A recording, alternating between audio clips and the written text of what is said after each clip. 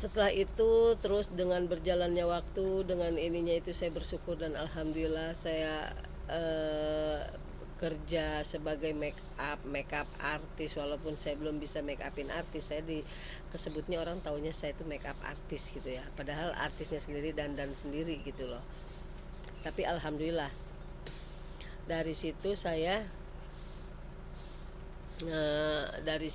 bekerja kerja kerja, dan dia terus nanya lagi. Pas saya tanya-tanya setelah di dalam kerja gitu, saya baru nanya-nanya ke orang, maaf nih saya mau nanya, sebenarnya bapak ini itu di sini itu sebagai apa sih? Oh, dia sebagai anu katanya. Oh gitu, sebagai unit. Oh, unit apa? Ya kalau nggak salah sih katanya unit keuangan. Oh gitu, kok baik banget ya, saya bilang baik. Semua orang-orang di situ pada bilang baik. Dia bilang gini, oh itu pak unit keuangan, iya dia emang baik orangnya katanya. Nggak pernah, ibaratnya nggak pernah milih-milih orang kalau mau nolong orang. Oh gitu. Nah, karena dia dibilang baik sama semua orang, jadi saya jatuhnya di situ bukan nggak ada rasa suka, tapi saya menganggap dia itu sebagai abang saya, abang angkat saya. Karena dia yang udah ngebantu saya, menolong saya, ya udah saya berpikir ya udah saya anggap abang angkat deh gitu. Nah, lama-lama, nah saya bekerja di situ, saya nggak ngerti kalau dia itu merhatiin saya, liatin saya. Ya namanya saya orangnya ya cuek-cuek aja gitu ya, nggak pernah mikirin kalau orang itu bantu saya itu suka enggak. Saya berpikir ya udah, alhamdulillah ya Allah, saya cuman berpikir alhamdulillah ya Allah, saya nggak punya skill apa-apa, saya dari nol datang ke Jakarta, saya nggak bisa apa-apa, ijazah pun saya nggak punya, boro-boro ijazah SMA SMP, ijazah SD pun saya nggak ada, nggak ketebus dulu tuh, nggak ketebus sama orang tua karena nggak bayar, nunggak bayaran bulanan itu sampai berbulan-bulan. Akhirnya ijazah itu nggak kepegang sama saya, ditahan sama pihak sekolahan. Itu ijazah SD saya ya. Nah, cuman dari situ gimana caranya saya berpikir, ya Allah gimana caranya nih supaya saya bisa manjang kerja di sini, supaya saya punya skill, supaya saya punya keahlian. Saya terus belajar, belajar, belajar dan belajar. Make upin orang itu belajar, saya liatin caranya make up gimana, pakai apa, ini itu. Lama-lama saya terbiasa dan bisa gitu. Alhamdulillahnya saya bisa. Saya cuma bersyukur ya Allah, alhamdulillah ini pelajaran untuk saya. Dari awal saya datang dari kampung, saya nggak bisa make up, saya belum ngerti apa-apa. Ternyata sekarang di sini saya beberapa bulan di dunia film, saya bisa make up gitu. Nah, dari situ saya bekerja. Nah, orang itu lama-lama manggil saya.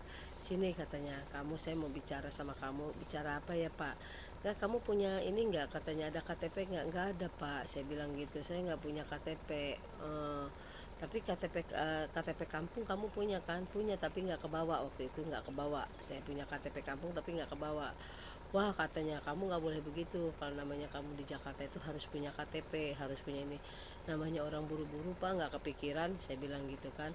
Jadi saya nggak ada KTP, identitas saya nggak ada. Nah, akhirnya dia minta data. Saya minta data kamu, gini-gini kamu catat begini, nanti biar saya yang itu, saya yang bikin bikin baru data kamu, tapi kamu jadi orang Depok aja ya katanya gitu. Saya bilang boleh Pak, nggak apa-apa, saya bilang yang penting intinya saya punya KTP kan. Nah, entah itu dengan jalannya apa, dia akhirnya bikin KTP untuk saya. Nah, dia suruh temennya, katanya saya jadi orang Mekarsari Depok. Nah, dari situ saya bilang, Pak ini data untuk, ya udah saya minta data kamu aja nanti saya urusin, dia bilang begitu. Nah, saya udah, akhirnya saya kasih data saya tuh. Nah, dia entah dengan jalan nembak atau apa saya nggak ngerti, yang intinya saya punya KTP. Beberapa hari saya punya KTP dari dia. Ini katanya KTP kamu nih, umur kamu, lupa kan umur saya nggak segini katanya gitu kok. Gak apa-apa, nggak kelihatan katanya, nggak kelihatan kalau kamu udah berumur sekian kata gitu. Yang penting intinya kamu punya KTP, dicolong dikit gak apa-apa kata dia gitu. Itu orang, ya Allah subhanallah, baiknya bukan main. Dia bikinin KTP saya, bikinin kakak saya, waktu itu kakak belum ada, bikin KTP saya dan bukain rekening buat saya. rekeningnya waktu itu BRI, walaupun BRI ibaratnya saya udah punya gitu loh, punya nomor rekening. Nih katanya nomor rekening kamu. Loh Pak, kok bisa? Katanya saya punya nomor rekening. Ya kan saya lihat data kamu di sini. Udah nih, kamu lihat data kamu lah mau ini. Kamu besok kamu pokoknya ke bank. Nih kamu bikin data, nih uangnya. Kamu udah punya KTP, kamu buka rekening. Loh kan saya belum gajian Pak, kata saya kan gitu. Saya kan belum gajian, belum punya, ya gimana bisa kalau kita nabung ke bank, kita belum punya tabungan. Kan saya kasih, akhirnya saya dibukain rekening sama dia, dimodalin, dikasih uang buat buka itu tabungan. Akhirnya saya punya buka rekening. Nah kata dia, simpan uangnya di rekening itu, jangan kamu apa-apain, nanti kan kamu tinggal nambahin. Ya Allah, saya dari situ bengong, nih orang kok baik banget sampai kayak begini gitu ke saya. Itu baiknya bukan main baik. Dari situ saya berpikir, ini kebaikan dia ini benar-benar tulus atau gimana ya, saya bilang gitu.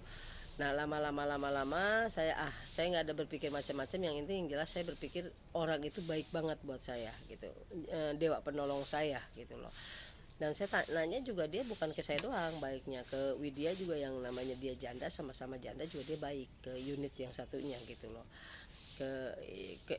perempuan gitu baik. Saya berpikir ya dia emang baik gitu loh, jadi bukan ke saya doang dia baiknya, bukan modus gitu loh.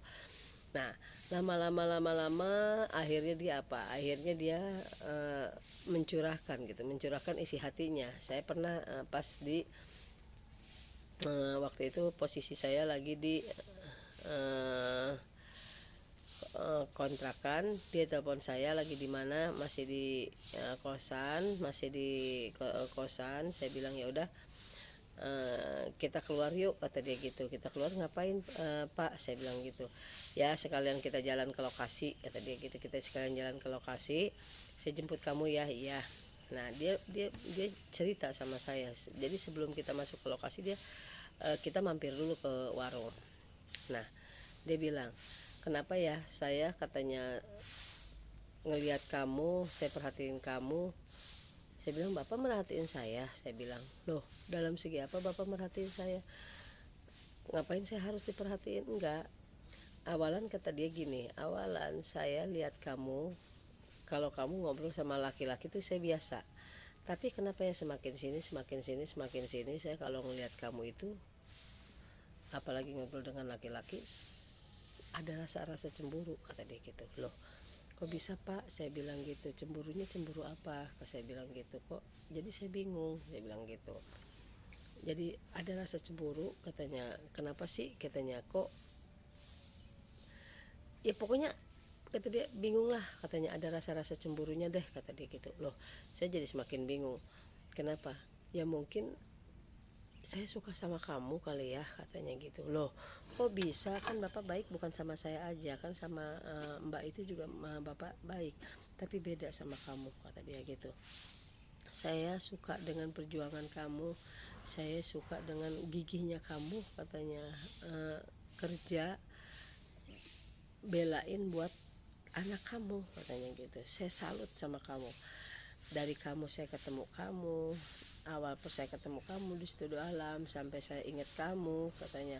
Terus saya perhatiin lagi sampai perjuangan kamu tidur belum punya tempat, belum punya kosan. Saya hebat, kamu jiwanya seperti laki-laki, katanya. Kamu gak patah semangat. Ya namanya kita hidup Pak, gak mungkin dong kita patah semangat, kita putus asa, terus kita bunuh diri ngelakuin yang enggak. Saya bilang gak mungkin Pak, saya bekerja di sini, saya ketemu Bapak aja saya bersyukur, alhamdulillah. Nah lama dia udah ngungkapin cerita itu, dia ada rasa suka sama saya. Dari situ ya saya jadi salting, jadi bingungnya apa ya, setiap ini pulsa saya diisiin terus, tanpa belum habis pulsa udah diniin. Setiap ada telepon dari kampung, dari orang tua bilangin anak gimana, dia harus disuruh di loudspeaker, didengerin, diliatin, harus langsung dikirim itu uang.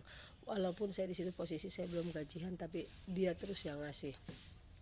Ini kasih, katanya, kirim dulu anak kamu biar, katanya, bisa berobat atau apa, kata gitu, biar bisa buat jajannya. Tapi kan saya lama-lama jadi risih, jadi nggak enak gitu loh. Nah dari situ akhirnya lama-lama saya kerja di situ, jadi ibaratnya jadi kayak nggak nyaman gitu loh. Nggak nyaman tuh bukan dalam arti karena saya menganggap dia itu sebagai kakak, sebagai apa, kenyataannya dia nganggap saya lain gitu loh, ada rasa. Nah dari situ akhirnya kecium, karena mungkin gelagat dia udah beda sama saya ya. Kecium sama orang kostum, kecium sama unit yang baik sama yang biasa baik sama dia. Lama-lama saya pernah diancam, lu katanya kalau macem-macem atau lu punya ada hubungan katanya, gua aduin sama istrinya. Nah namanya saya waktu itu masih polos, belum ngerti ini itu, saya nggak bisa ngomong, saya nggak pinter ngomong. Akhirnya lama-lama saya bilang, saya nggak ada hubungan apa-apa kok, saya gini. Ah nggak mungkin katanya, nggak ada, antar jemput setiap hari begini-begini. Akhirnya kecium. Nah dari situ saya tetap ngeles, saya bilang enggak, saya nggak ada hubungan apa-apa, sampai akhirnya saya mendatangkan orang yang ibaratnya yang saya sendiri aja baru kenal gitu loh, saking saya takutnya. Akhirnya saya suruh, kamu di mana, di sini, kata gitu. Ya udah kalau kamu misalnya ini, kamu bisa nggak ke lokasi saya ceritain nih masalah saya sama orang itu. Nah dia bilang gini, ya udah nanti saya ke lokasi, dia datang kata gini gini gini. Nah saya ketemu orang laki gitu waktu saya syuting, jadi masih jadi figuran di Taman Bunga. Nah akhirnya saya ketemu orang itu, udah buat tanonnya itu kalau dia itu calon suami saya. Nah buat apa, buat nutupin saya sama orang itu gitu loh. Nah dari situ, beneran mbak saya nggak ada hubungan apa-apa, saya cuman ibaratnya di sini saya cuman kerja gini-gini, kalau misalnya ada hubungan enggak, toh saya juga udah punya calon suami kok, saya bilang gitu. Nah akhirnya saya bawa tuh ke lokasi buat mastiin kalau saya itu nggak ada hubungan ini tuh. Pas saya bawa ke lokasi, dia lihat, orang-orang itu yang udah nuduh saya juga lihat. Akhirnya apa, oh ini katanya suami kamu. Iya saya bilang gitu, ini calon suami saya gini-gini. Nah aduh, makanya jangan deh sampai kita ibaratnya ngenalin orang yang tanpa kita kenal, yang tanpa kita belum tahu seluk beluknya orang itu, kita langsung kenalin. Pelajaran ya, jangan sampai kita kenalin, jangan sampai kita ini gimana gimananya kita datang dibilang itu suami kita. Nah, takutnya itu jadi doa. Nah saya bilang iya, saya bilang gitu. Oh berarti kamu nggak ada hubungan, beneran kan saya bilang saya nggak ada hubungan sama si bapak ini, saya bilang gitu. Saya cuma di sini tuh kerja. Nah kalau dia itu boncengin antar jemput saya ke sana ke sini itu cuman sekedar dia bantu saya, nggak lebih, saya bilang gitu. Nah akhirnya di situ mereka mengerti, tapi saya kasihan sama bapak itu, lama-lama dia ngerasa cemburu. Dia sampai ngomong begini, besok katanya kalau mau ngedatangin laki jangan di lokasi, katanya kalau mau ketemuan jangan di lokasi, bisa kan di luar lokasi, dia bilang begitu seperti sama saya. Ya mungkin dia ada rasa cemburu, dia ada gitu loh. Ya udah nanti kita lanjut lagi ya.